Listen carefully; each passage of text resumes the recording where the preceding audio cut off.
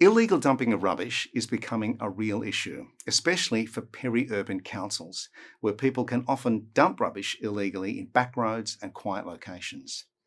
BehaviourWorks Australia is working with a number of peri-urban councils to see if they can understand the behaviours that drive illegal dumping and come up with interventions that can reduce this challenge.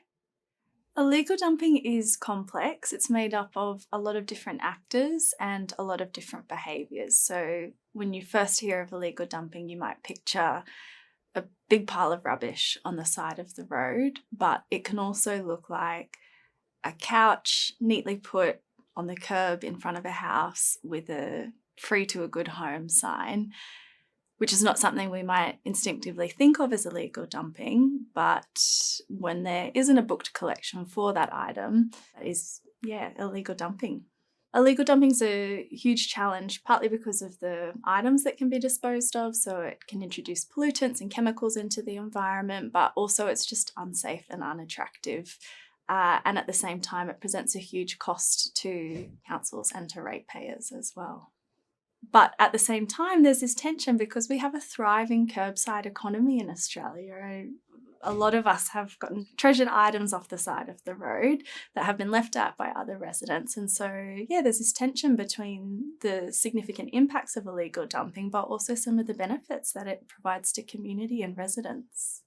So we're applying behavioural science to residential illegal dumping to really understand what drives those behaviours, but also what makes it hard for people to do the right thing, to use the waste services and dispose of items in other ways.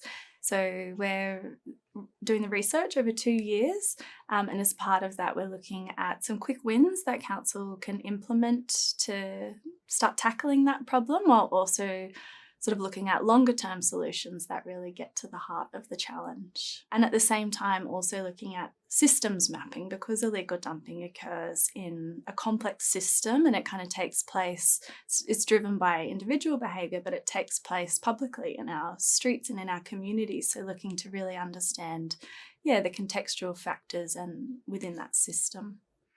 If the task of behavioural science is to ask who needs to do what differently, the framing of this study is to get local residents who may dump rubbish illegally on the curb to try and use council services like hard waste collection, or to sell or give away the items instead. There are a lot of common assumptions about illegal dumping. One is that it just happens because people are lazy, but also a lot of assumptions around the best interventions. And so we often hear a lot around surveillance and naming and shaming, and there's merit in those approaches.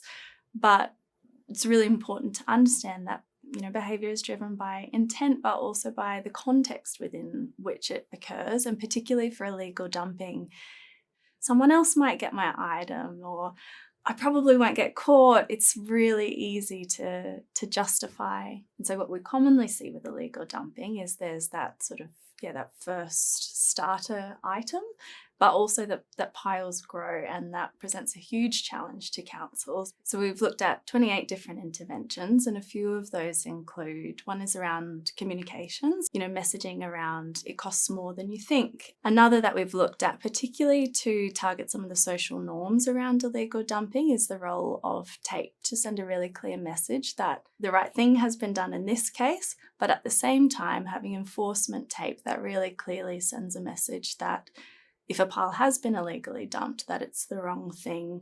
One of the other interventions we've also looked at is around tip shops, so understanding that reuse or a resale zone, that items can be reused. There are many things that need to change to really get to the heart of illegal dumping. One is around convenience, so making it easier for people to do the right thing.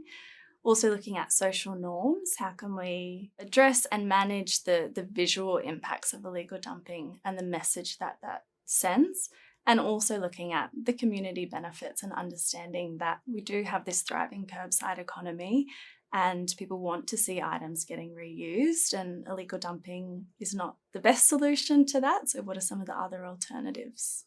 So next time you're tempted to put something out on the street, or you see something you've just got to have, remember that you are part of a chain of behaviours that need to be addressed and that are being studied by researchers like ours. Thanks for watching.